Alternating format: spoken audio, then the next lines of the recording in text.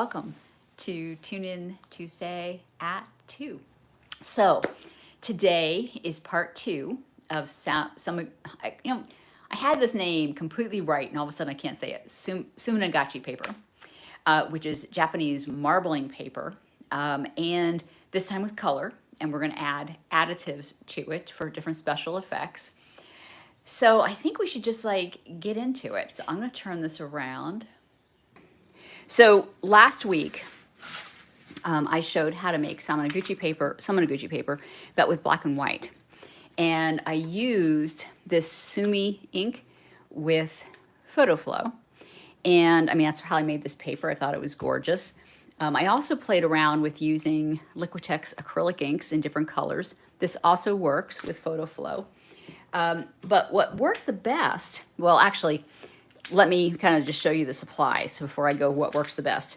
For those of you who weren't here for part 1, you do need some kind of pointed brush. I'm using a calligraphy brush, but you can just use a round brush. You don't need these, although these are very inexpensive on Amazon, and everything is linked or will be linked at the bottom of this video. Now, with this week, we're going to make colors on the paper. It's the same exact technique, almost. So in this particular paper, I added some green to it, a little blue. And I mean, look at that, just a little bit of blue within the black. But then I started going wild. And by the way, I have made probably 30 or 40 of these this week. I love these so much. This is just blue, green, and yellow. These are ghost prints. This is on homemade watercolor paper, which I'll show you that as well. And then this is actually black and white, but I glazed it. So I'm going to show you all of these things right now. So you need a vat. This is a scrapbook box. See if I can open this up now that I've closed it. So I just took the lid off the scrapbook box and put about a 1/2 inch of water in here. And this week what I'm using is this product. It's marbling ink. And I had tried this the week before, and it didn't work that well. And I realized the reason it didn't is because I had been watching other demos where the artists had used this ink and they added photo flow to it. And that minimized the effect of this. But when I used the ink straight out of the jar, so here's what the ink looks like. It comes in these colors. And by the way, this is very inexpensive. So I think this, if I'm not mistaken, it's like 12 bucks for all of these. And my favorites are actually this. This is black, blue, yellow, and green. Used a little bit of yellow. I used some red. But really, these are the colors, really, these 3 are what I love to use. And that's what I got all of those papers from. So let me start with mixing the inks. So what I'm going to do is I'm just going to take this blue. By the way, these inks go a really long way. So I'm going to put it just like a few drops of the blue, not very much. And again, I'm not adding any photo flow to this, which I think is, actually, you know what I'm going to do? I'm putting some blue in 3 containers, and I'm going to mix some colors. So for one, I'm going to keep it that beautiful bright blue. In another, I'm going to add a couple drops of black, just for some variety. And another, I'm going to make a teal. So I don't know how much, this is kind of like hit or miss here. And then I'm also going to add more yellow. Yellow is what I've been using most of. And I'm going to add just a drop of this to add to get like a really kind of a lime green. And then I'm going to mix these up. So this one needs mix. That one doesn't. That one's a pure color. This is a teal. It's a little greener than I want. No, it's pretty. Okay. And then this, yeah, that's more green than I want. So I'm going to add some of this over here because I really want more of a really light lime. So I'll add some more over here. Oops, I should have done over here. Okay. That's lighter. I wanted something lighter, and that's more greeny. So I'm just going to keep doing it. So I'll add a little more yellow to that. So I really want some, I'm going to use all my yellow up. I don't think these are sold separately, unfortunately. Okay, that's the color I was going for. Now I also need a water soap wash. So I got a cup of water, and I'm just gonna take a tablespoon of water, and I'm putting it, if you can see this, I just put it in one of my little dishes there. It's right there, and I'm gonna put 1 squirt of Dawn dishwasher. It could be any kind of dish soap. Just put a squirt in there, that'll do it. Okay, now I'm gonna put this off to the side. So what I'm gonna start with, oh, this little thing looks like nothing, but it actually comes with the inks, and they're little dots. So one of the techniques that I thought was really fun to play with is you take the dots, like I'm gonna take 3 of them. And by the way, these are reusable. In fact, I could use the ones I already had, but I decided just to make new ones. And you just float them on top. They don't sink. You float them on top, and then I'm gonna put it on my paintbrush, I think, and just put a dot. Putting a dot of the paint there. And then, well, while I have this, I think I'll put a dot on this one. And then I want some blue. I'm just puddling it just a tiny bit on here. Now watch this magic. So this is just a skewer. You kind of just hit it so the water, come on, there you go. Okay, so now I've got this interesting design starting. So what I can do is add more paint. I can just like take this little dot and put it over here. The reason I like this particular technique is because it's so unpredictable.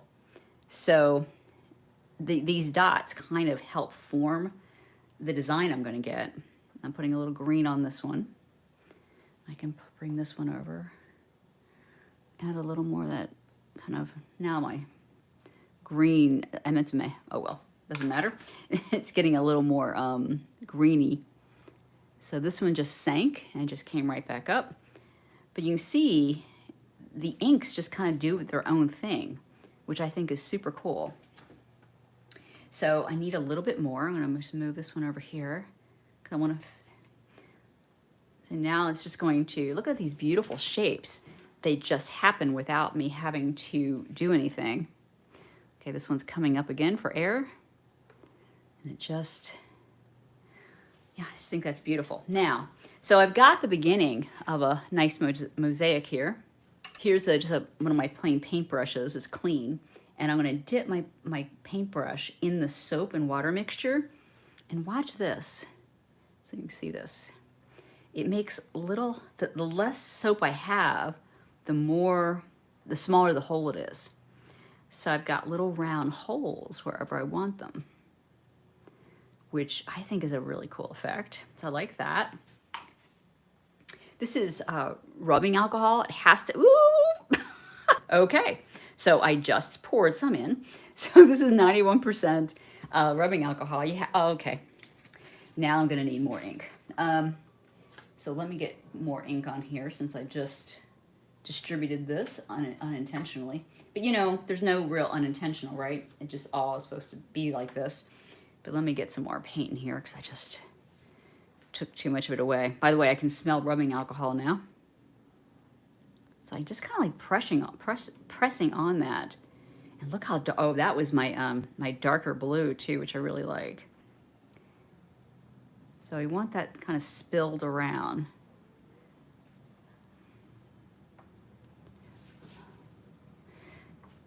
So now I'm getting some cool mosaic here.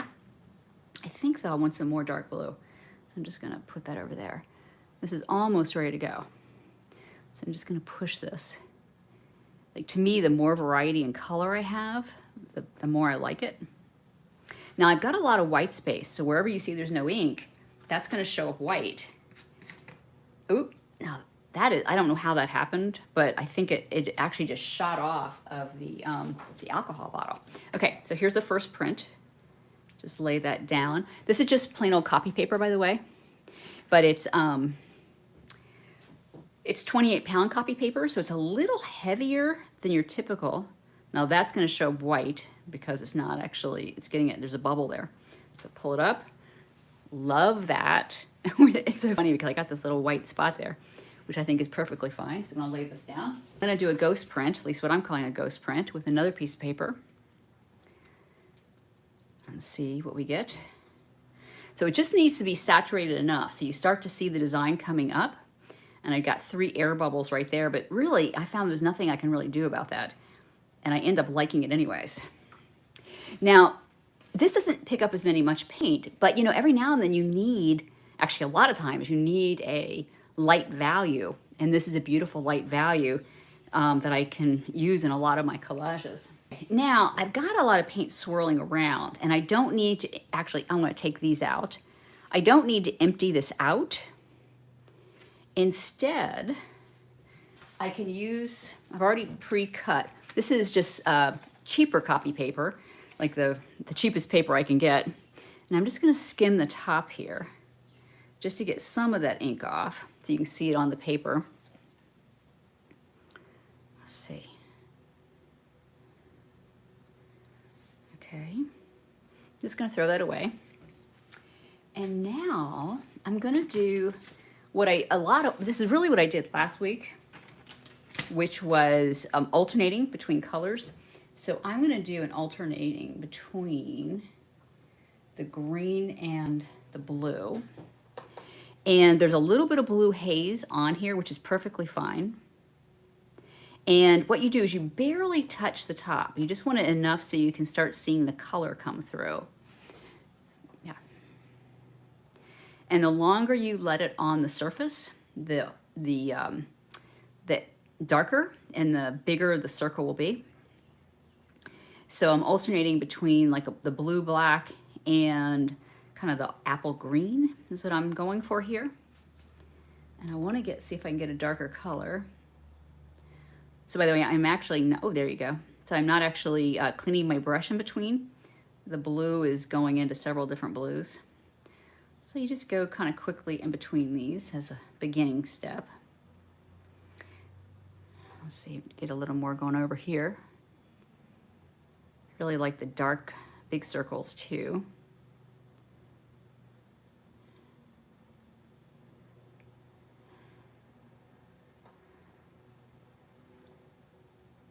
So the other day when I was trying this out on YouTube and on, oh, that's a nice dark one, with my new contraption setup that my husband set up for me, I started making these and I literally couldn't stop. I mean, it was like the closest thing to what I would call an addiction because it was just making the most gorgeous papers. So I just kept going and going and going and going. And now, I don't know, I must have 50 or 60 papers. Someone had mentioned, I think last week, like, why don't you sell your papers? And now I'm thinking, I gotta sell my papers because I don't need this many papers. But once you start, there's so many variations of this. And this is just Suminagashi. I wanna try, it won't be with water, but I wanna try marbling as well, just straight marbling, which I wanna learn how to do and do it as a Tune In Tuesday. But doing this is basically called floating paint, I think it is, floating water. You know, the ink is just sitting right on top. I think this is enough to make something interesting. We'll do one more. I'm telling you. And what's really cool is that because I've got a couple different colors on my paintbrush, it's getting a lot of variation. Like variation there's, if you can see that, some other different colors that are coming in. So it's not just straight. It's gonna load my paintbrush up again. Like, look at that gorgeous darker blue against the lighter blue. I have a feeling this is gonna be quite spectacular when I pull this up. Now, by the way, I could also take my, this is just my plain paintbrush with soap. And again, I could make, I'm trying to get most of my soap off. Just, oops, more than I wanted. Just little dots here. And let me do, I'm gonna actually put my paintbrush in the rubbing alcohol because I really didn't give you a good sense of what that would do. So I'm just taking my paintbrush, I'm sticking it right in the jar of alcohol, taking off the excess, and watch this. Okay, it looks like the same, but look at the edges. So it creates that really cool, whatever that is. It's like reacting, the water and the paint. Now I got some really interesting things going on here. Like it naturally does curly cues everywhere. Okay, so now just that alone, I love. So let's do, you know what I'm gonna do? I have this little cool, what do you call this, an air blower? So instead, I could just blow it with my mouth, that's just fine too. So just kind of spread it around a little bit to create more, oh my God, look at the patterns here. I really like leaving a lot of blank space because it looks really interesting. On the white, I'm getting a piece of paper here. This is rice paper. You can actually print this on either this is, and I have these links in the demo, or in the underneath the demo. This is smooth. This is more textured. I generally do it on the smooth. I don't think it makes any difference whatsoever. I mean, look at that design. Oh my gosh. Look at that. I mean, I'm sorry, but that is like probably my favorite one ever. I just think that is absolutely gorgeous. Now, again, I've got some really cool swirly things going on. So I think what I'm gonna do, I wanna show you this. This is a piece of handmade paper. It's watercolor paper. And again, I have links to this underneath this video, or I will when it gets published. So I just lay this on here. It doesn't absorb the same way. Like you're not gonna see the design coming up. The designs are, oh my gosh, look at that. So now I've got this brown, I mean, this is a neutral paper with some teal on it, which I'm kind of crazy about. Let's see if there's something I haven't done here. Oh, there is something I haven't done. So let me just get a ghost print off of this one while I'm sitting here, because there's a lot of cool stuff going on that I can pick up. So I'll make a ghost print. So I just lay it on there long enough so I can see the kind of water coming through the paper. I mean, love, love, love, love. That, I mean, what a beautiful light valued paper. What I'm gonna do, I'm gonna take another paintbrush and I'm going to go back and forth. I guess, oh, you know what? I need to get some black. So I got some black ink and I want to make more of a black print on top of this. So I'm not gonna skim the water. Excuse me, I'm gonna leave the water. There's a little bit of a blue kind of floaty thing going on. So I'm gonna put some black and a little blue, and I'm gonna go back and forth between black and blue.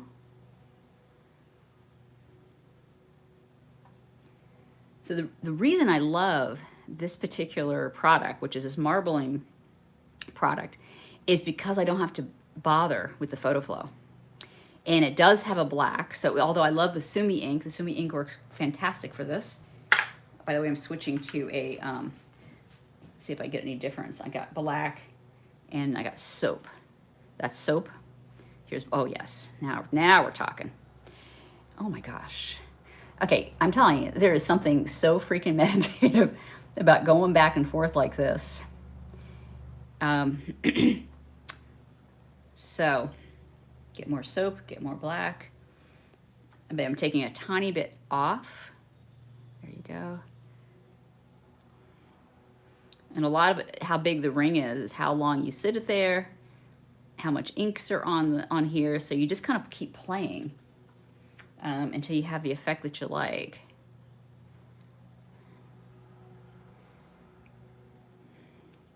And see, these outer rings are really quite interesting. So I think I'm just going to add some color. Why not?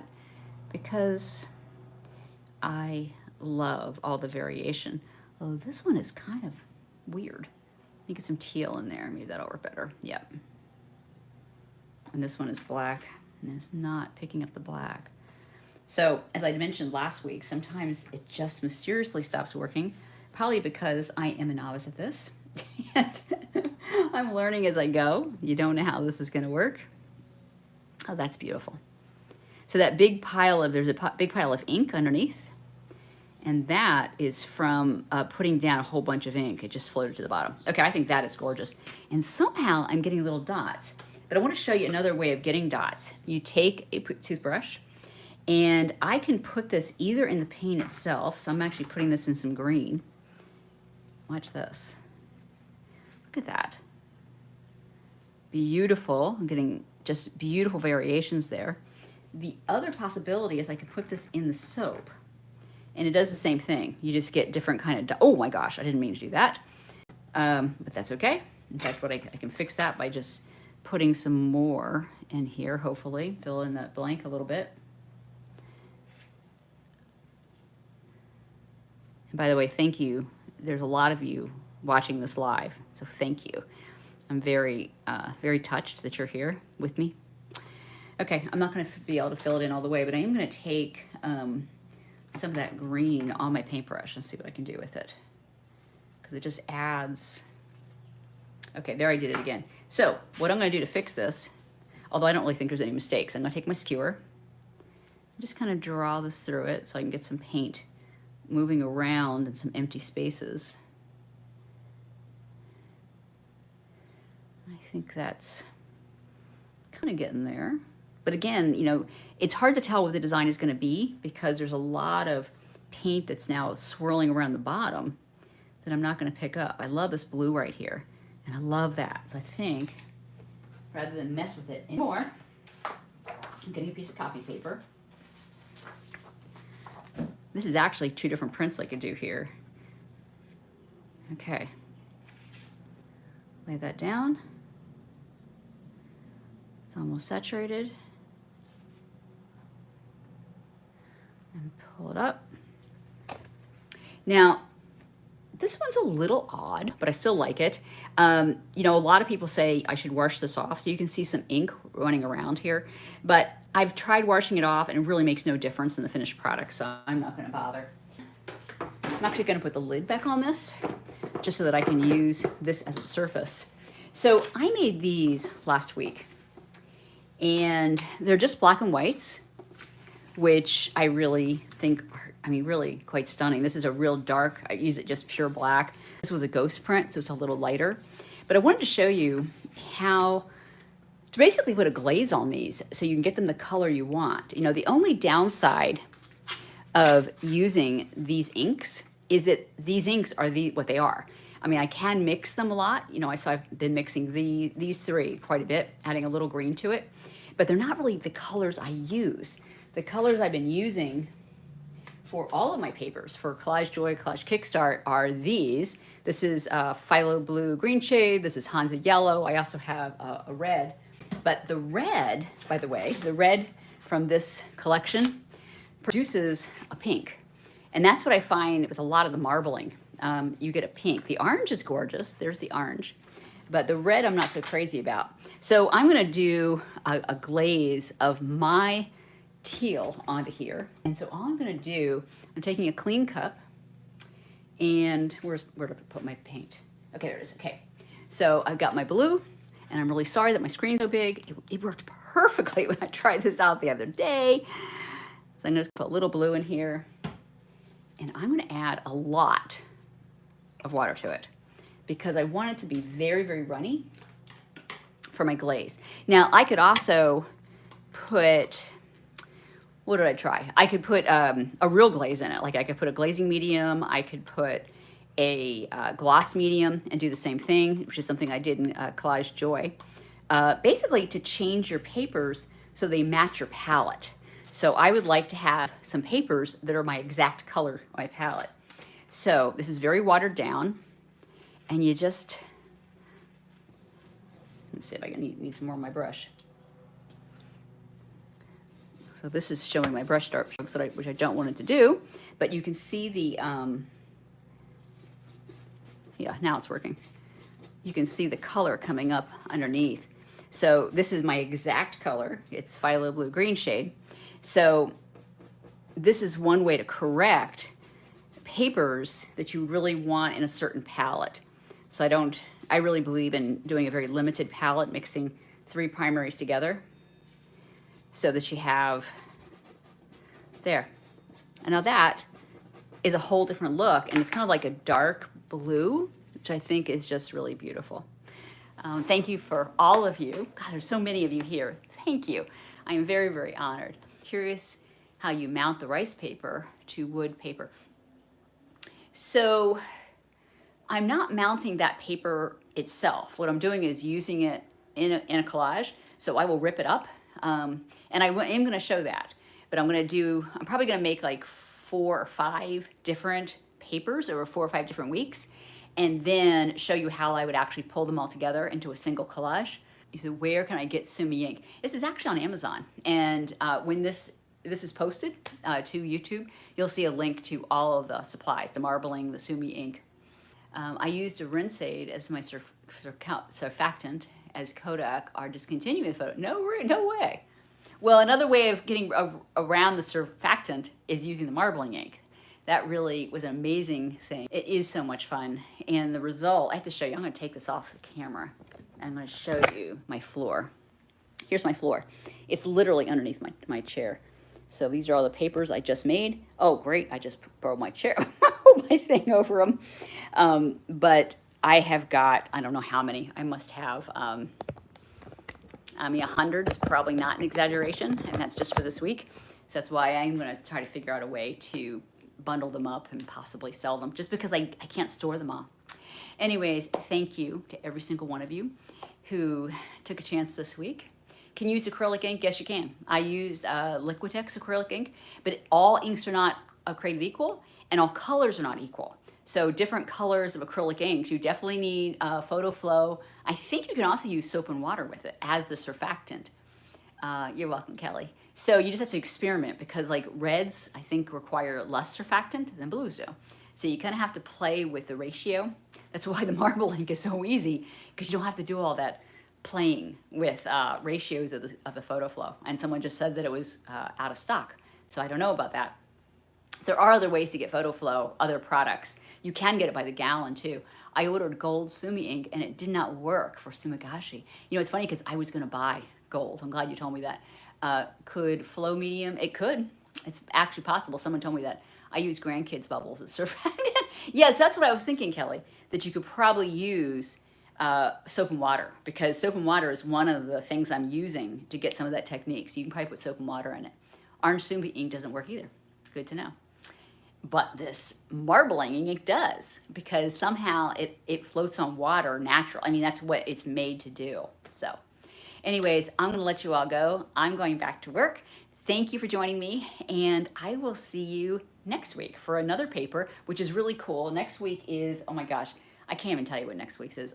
It's all over my studio. It's too hard to describe. I will put some posts out on Instagram to show you. So thank you, Beth. Thank you, everyone, for joining me. And I will see you next week for Tune In Tuesday at 2. Mwah!